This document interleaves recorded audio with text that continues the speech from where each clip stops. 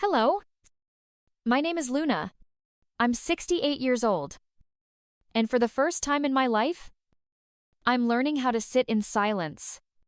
Not the kind of silence that comes from peace and contentment, but the kind that echoes through empty hallways and large rooms filled with furniture. But not laughter. A silence that forces you to listen. Not to the world, but to yourself. I live alone now in a big, creaky craftsman-style house just outside Portland, Oregon. It has 5 bedrooms, a sunroom, a fireplace I rarely use, and a piano no one has played in years. Charles and I bought this place when our careers were just beginning to take off. Back then, it felt like a symbol of everything we were building, a life of prestige, purpose, progress. Charles was a law professor at the University of Washington. Sharp and passionate. Adored by his students. I was one of the first female cardiac surgeons at West Coast General. That wasn't just a title, it was a battlefield.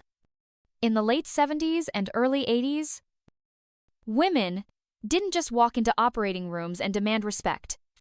We had to earn it. Inch by inch. Sometimes, with bloody gloves and sleepless eyes. I spent 40 years cutting open chests, holding people's hearts in my hands. Literally, people praised me as a pioneer, a woman who made it in a man's world, a rôle modèle. But there's one title that never quite settled on me the way I hoped it would, mother. We had 2 children, Ryan and Emily. I remember the days they were born clearer than I remember my last surgery. Ryan had the loudest cry I'd ever heard. Like he was trying to tell the world, I'm here, and I will not be ignored. Emily was quieter, more observant, born with wide eyes that seemed older than her body. But they didn't grow up with me. Not really. They grew up with Catalina, our full-time nanny, who came to us from El Paso and stayed for nearly 14 years. I missed birthdays, school plays, and soccer games, always with the same excuse. There's a patient on the table. I told myself I was saving lives, that they'd understand one day. Charles and I made a pact early on. We would give our children everything we didn't have. He was raised by a single mom who worked double shifts at a dry cleaner. I was the daughter of a coal miner and a part-time librarian. We were going to rewrite the script for our family, so we gave Ryan and Emily everything: private schools, ski trips, a backyard pool, even early access to their college funds. But what they needed most was something neither of us had time for us. I remember once, Ryan was playing lead trumpet in his high school jazz band concert. He was 15. I'd promised I'd be there, even marked it on my calendar. But that afternoon, a middle-aged man coded on my operating table. I stayed. Of course. I saved his life. But when I got home and saw Ryan's face, something inside me cracked. He didn't speak to me for 3 days. I bought him a new guitar, thinking it would make up for it. He played it in silence that weekend. Never said thank you. Emily was more forgiving. She'd leave me notes under my pillow like I missed you at the science fair. Mom? But I won. I'd slip $100 bills into her notebooks or buy her jewelry to celebrate milestones I never witnessed. Back then, I truly believed I was doing the right thing. Success was love. Money was care.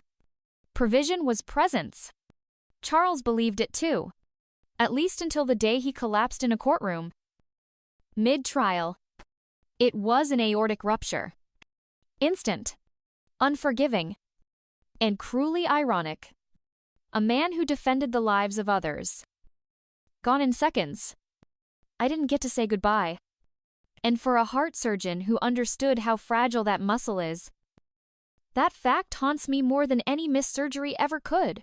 After Charles passed, I continued working for another 5 years. Habit. Maybe. Or denial. But when I finally retired, the silence hit me like a punch to the chest. The house suddenly felt enormous. Not grand. Just empty. Every room held a ghost. Not the scary kind. The kind that stares at you with disappointed eyes and whispers, "You weren't there." I tried to fill the days. Gardening. Volunteering at the hospital. Book clubs. But nothing came close to the rush of saving someone's life or the quiet ache of watching your own slowly slip away. I dreamed of reconnecting with Ryan and Emily. Maybe being a real grandmother to their children. I pictured museum trips. Baking cookies. Helping with homework scenes I never got to live the first time around. But dreams don't always match reality. Visits became sparse. Formal. And always came with a script. "Hi. Mom. How's the house you still managing on your own, by the way? Ethan needs a new MacBook." It was like they were reading from the same teleprompter. "And me?" I nodded. Smiled. Wrote the checks. Because somewhere inside, I still believed I owed them. For every soccer game missed, every story I never read, every "I'll be home soon" that turned into "sorry. Honey, I can't make it." But what I didn't realize, what I couldn't admit, was that my children had learned a lesson from me too. A painful one. They learned that love comes in dollar amounts. That affection has a price tag. That relationships are transactional. I taught them that. Not with words, but with absence wrapped in cashmere scarves and first-class vacations. And now, I was starting to wonder if I had the courage to unteach it. When love becomes a transaction, I used to believe there was still time. Time to reconnect. Time to rebuild. Time to turn all those missed birthdays and broken promises into something new, something honest. But time has a strange way of telling you when it's run out. Even when the clocks in your house are still ticking. It started small. Harmless. Even a text from Emily on a Thursday morning. "Hey Mom, quick question. Do you know if Lila's college fund can cover her summer dance program?" I stared at the message for a moment. Not a hello. Not a "how are you feeling this week?" Just a question about money. Like I was her financial aid officer. Not her mother. I typed back, "Let me look into it." That was how most conversations began and ended. With requests wrapped in casual tone, and me pretending I didn't notice. Ryan was more direct.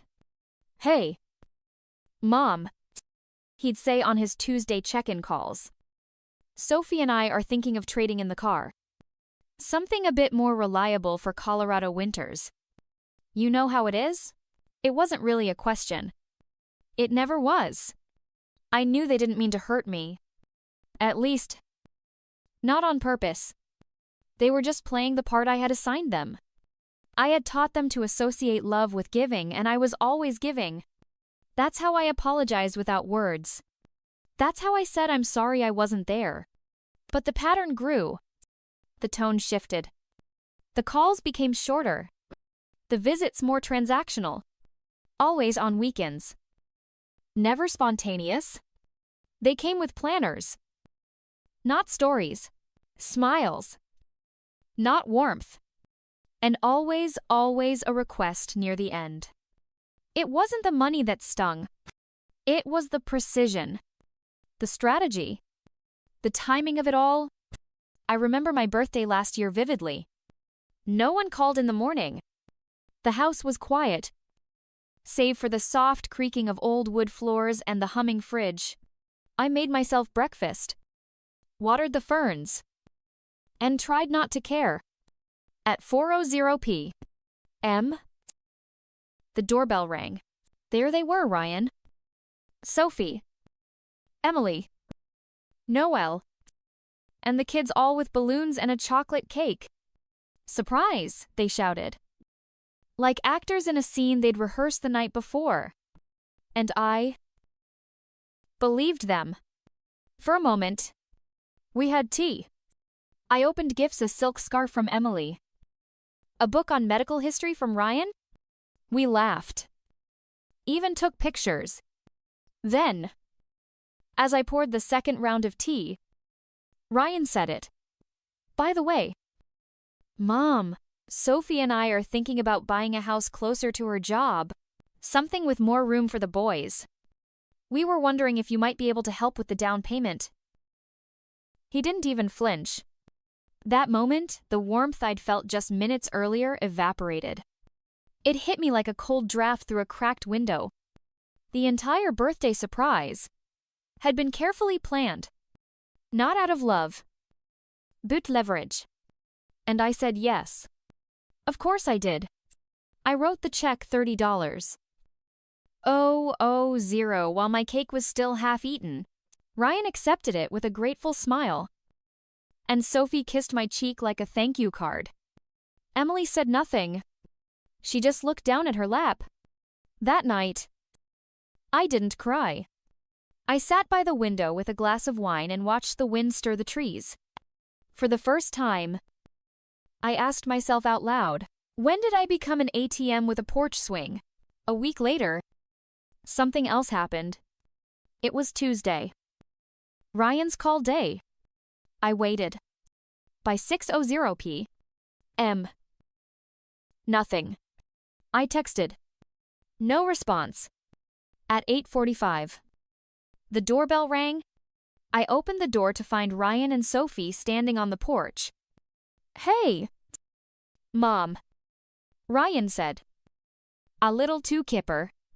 Sorry for the late visit, we were driving by. Driving by from Denver. That's a 16-hour drive round trip. But I smiled. Come in. I'll put the kettle on. They sat in the living room. Ryan glancing at old photo frames on the wall like they were exhibits at a museum. Sophie scrolled through her phone. Detached. Finally. The real reason came. Sophie had received a job offer in Portland, her dream role at a PR firm. They were considering relocating. That's wonderful. I said, genuinely. You know, if you need somewhere to stay while you house hunt. Ryan cut me off. Actually, we were thinking of something else. That pause, that shift in tone. I knew it now. Like a song I'd heard too many times. This house, it's a lot.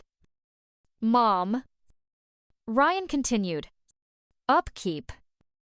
Size. Safety. Have you ever thought about something smaller? Somewhere more manageable? Sophie smiled. Her eyes empty. There's this beautiful active senior complex with wellness facilities and chef-prepared meals. You'd love it. And what happens to this house? I asked. As calmly as I could, Ryan leaned forward.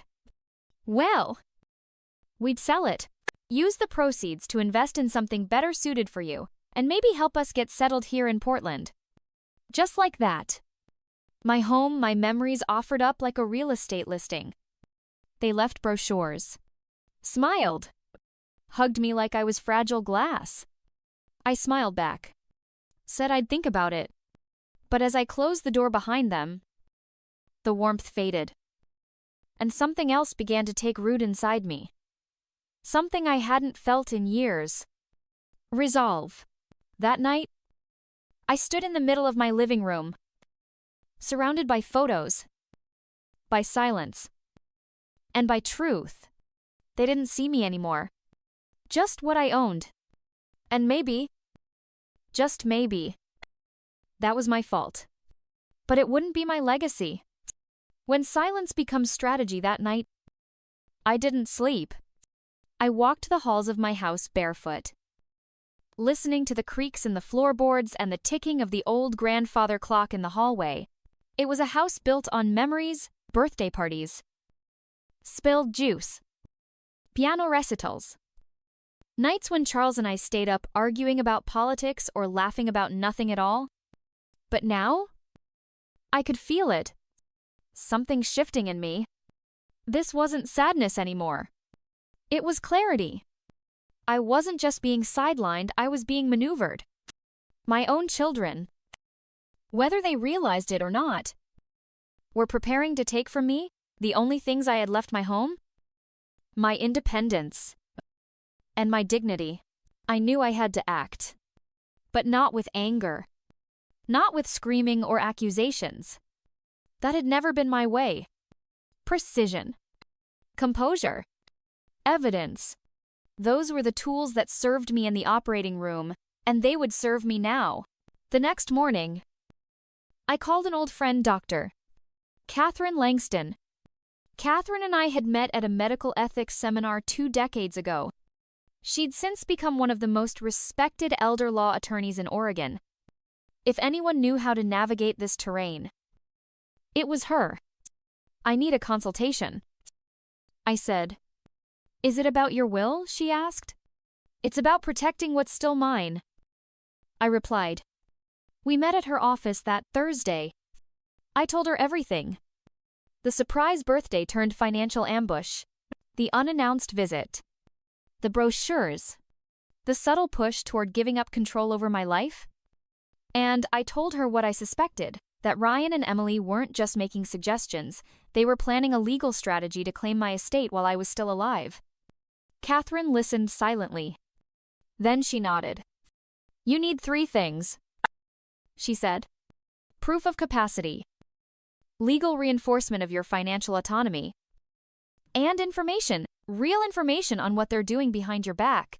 That afternoon, she helped me begin the legal side, restructuring my accounts, revoking outdated powers of attorney, and drafting a private directive for how I wanted my assets handled.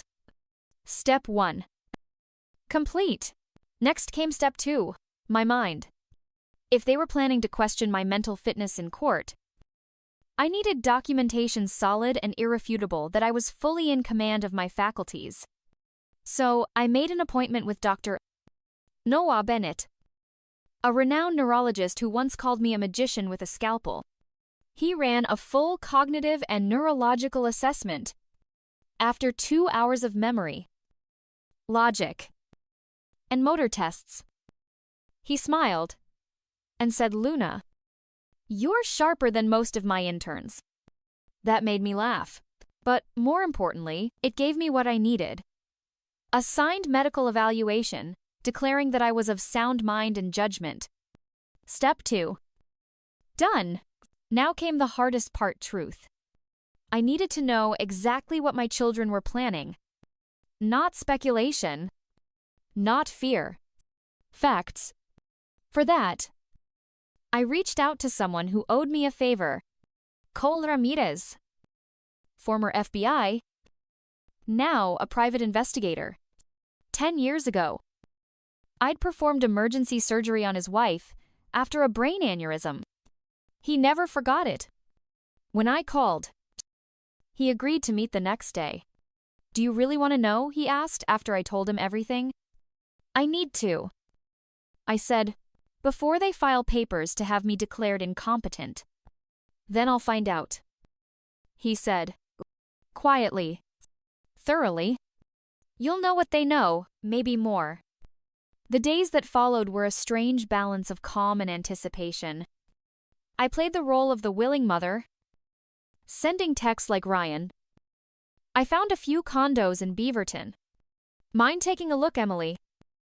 That retirement complex brochure was really interesting. Can we talk more on Friday? On the outside, I was cooperative, curious, open to the idea of change. On the inside, I was watching everything. Ryan's sudden enthusiasm, Sophie's tight smiles, Emily's long pauses between sentences, as if rehearsing lines in her head. I began noticing how they subtly redirected conversations when I asked too many questions, how they avoided eye contact when I brought up memories instead of money. Then the call came. Cole had findings. We met at a small coffee shop in Lake Oswego. Away from the city. He brought a manila folder. Thick and heavy. I'm not going to sugarcoat it, he said. It's worse than you think. Ryan had taken out a $90. Zero loan in my name using the old medical power of attorney I'd signed during a hip surgery 5 years ago. It was supposed to be used for insurance communication only. He'd used it to forge my name and secure funding for a failed real estate venture. Sophie didn't know. Emily, meanwhile, had been quietly building a narrative of cognitive decline, subtly telling neighbors and family friends that I was forgetting names. Losing track of time. Not kite herself lately. She'd even reached out to an elder care attorney named Jason Markwell, who was preparing guardianship papers on the assumption I would agree to step down voluntarily. Or else, as Cole put it, be legally forced to. And worst of all, there was a psychiatric evaluation drafted by Dr. Peter Grant, a friend of Ryan's who had never met me. It was filled with second-hand observations and vague language, like suggested early signs of executive dysfunction. Suggested, based on hearsay, from my own children. I closed the folder and felt the blood drain from my face. But I didn't cry. I didn't shake. Instead, I said 4 words that surprised even me, then we play chess. Cole looked confused. I smiled. They've moved their pieces. I said, now it's my turn. That night, I sat at the kitchen table and wrote 2 lists. 1, what they think I don't know. 2, what I'm going to do next. I wasn't going to confront them yet. Not scream. Not beg. No. I was going to give them something else instead. A birthday invitation. One final chance to look me in the eye before I showed them exactly who they were. And who I still am. When the heart fights back, birthdays used to be background noise for me. Just another date on the calendar. Another obligation between surgeries or meetings. I was the one who forgot. Not the one forgotten. But this year would be different. My 69th birthday wasn't a celebration. It was a revelation. A final, unshakable mirror, held up to the people I once called my family. I booked the private dining room at Giovanni's, a little Italian bistro nestled in downtown Portland. Charles and I used to eat there when he got a publication in the Law Review. They always saved us a corner booth near the fireplace. Now, I reserved the entire back room. I told the hostess I needed a screen, a projector, and a moment of privacy. At the end of the meal, the invitations went out a week in advance. Dinner to celebrate my 69th birthday. Family only. No +1s unless they're married to you. Dress well. Arrive hungry. There will be wine, pasta, and clarity. Ryan replied within 20 minutes. We'll be there. So excited. Emily texted later that night, looking forward to it. Mom, we love you. I almost laughed. I spent the next few days preparing the presentation. Cole had helped me organize the files, documents, voice recordings, emails, screenshots. I converted them into a short video. Broken down by name. Ryan, Emily, Sophie, Noelle. Not to shame them. Not to humiliate. But to show them what I saw. What they became. What I could no longer pretend not to know. I even chose a soundtrack, Chopin's Nocturne in E-flat major. Haunting. Beautiful. Tragic. The night of the dinner. I wore the navy blue dress. Charles always said made me look like I owned the building. Ryan and Sophie were the first to arrive. Ryan had that salesman glow button down. Blazer. Just the right amount of aftershave. Sophie wore a red. Always red. Happy birthday, Mom. Ryan said, handing me a small black box. Inside was a bracelet. Real diamonds. Carefully modest. Emily and Noel came 15 minutes late. Noelle was apologetic. Emily kissed my cheek and said, "You look strong tonight." "Thank you," I replied. "Let's eat."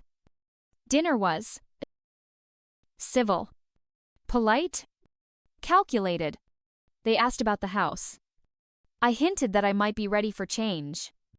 They asked about my health. I said I'd recently seen a neurologist. They didn't ask which one. They didn't want to know the answer. After dessert tiramisu and espresso, I stood. Before you leave, I said, I'd like to share something with you. A few thoughts.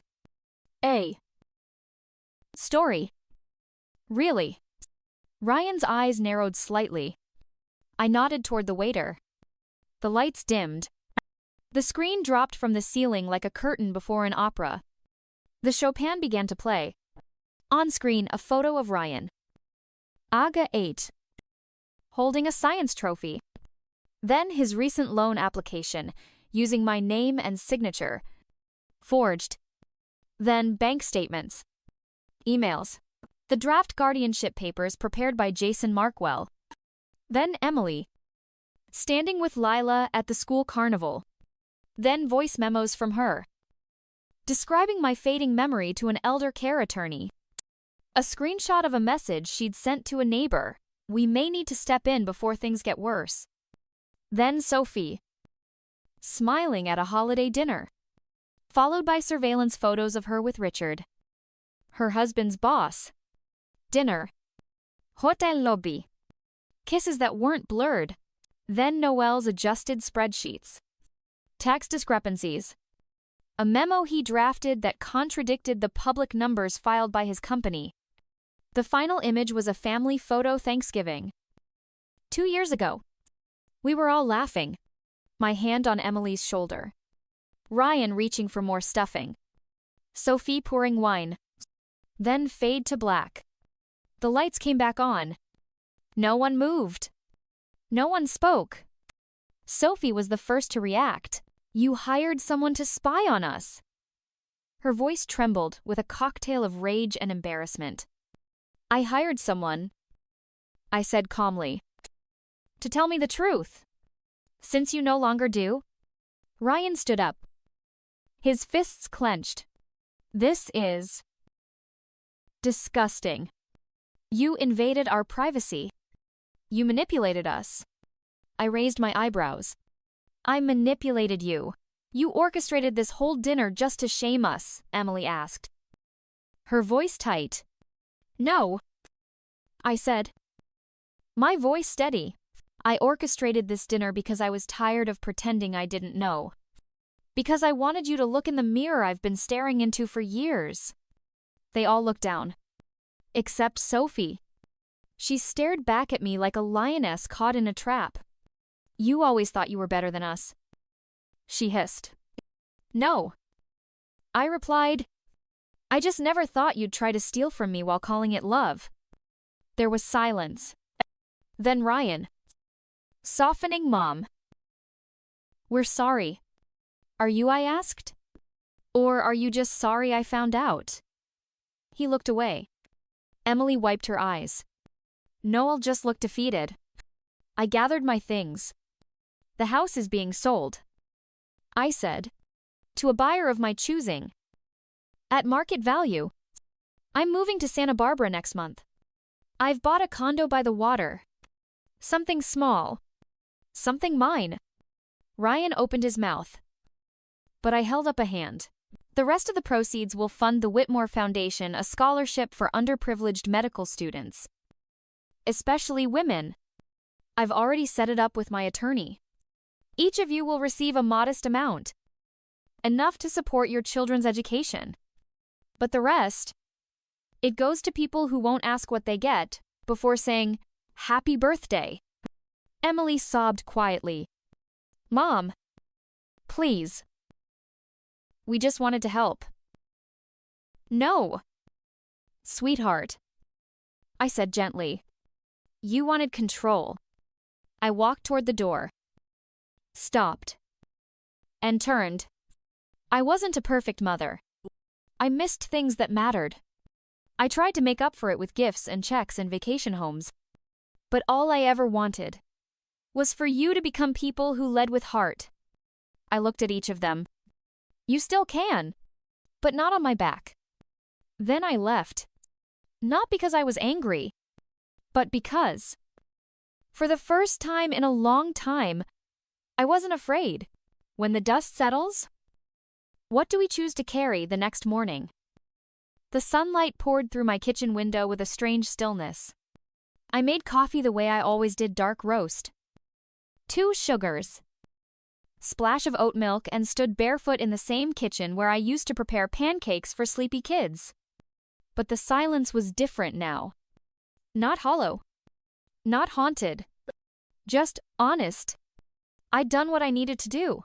The night before had ended with my family unraveling years of quiet resentment, financial dependency, and buried guilt finally dragged into the light. I hadn't wanted to humiliate them. I'd simply wanted to reclaim something they'd slowly tried to take my right to choose, and I had. The sale of the house went through 2 weeks later. It was bought by a couple in their 30s with a baby on the way. When I handed over the keys, the wife teared up and said, "This place, it feels like home already." I smiled and said nothing. But in my heart, I whispered, "Take care of it. And fill it with laughter." That's all I ever wanted. I packed only what mattered. Some books. Charles cufflinks. My mother's rosary. A faded photo of Ryan and Emily in front of a science fair project. Everything else, sold. Donated.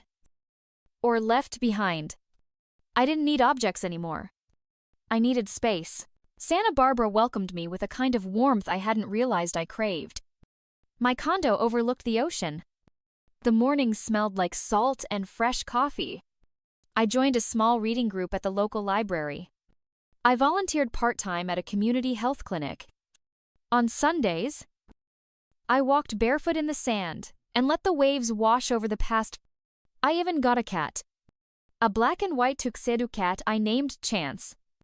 Because sometimes, you only get one.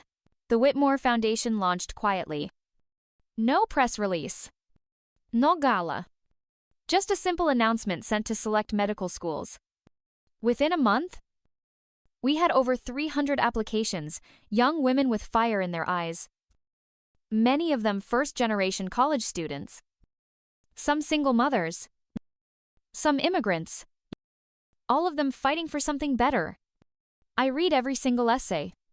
One of them, her name was Jasmine Ortiz, wrote, "My mother cleaned hospital rooms for 20 years. She always told me, be the one who wears the white coat, not the one scrubbing the floor. This scholarship would change everything." I cried when I read it. Not out of sadness, but out of relief. For once, my money wasn't covering guilt. It was planting something real. 3 months passed without a word from Ryan or Emily. And I didn't expect one. But then, one afternoon in August, a letter arrived. Not an email. Not a text. An actual envelope. Handwritten. From Emily. It read, "Mom, I've spent a lot of time thinking about that night at Giovanni's. About the look on your face when you said you wanted control. You were right. And I hate that you had to show us everything the way you did, but I'm starting to understand why. Noel and I have started counseling. Financial and otherwise. I've also stepped back from pushing Lila into private school. Maybe public education with an engaged parent is better than anything money can buy. I don't know if you'll forgive us. I don't know if we deserve it. But I want you to know, I see you now. Not just as a wallet. Not just as a woman who has gone too much. I see you as a person. A fighter. A mother who tried.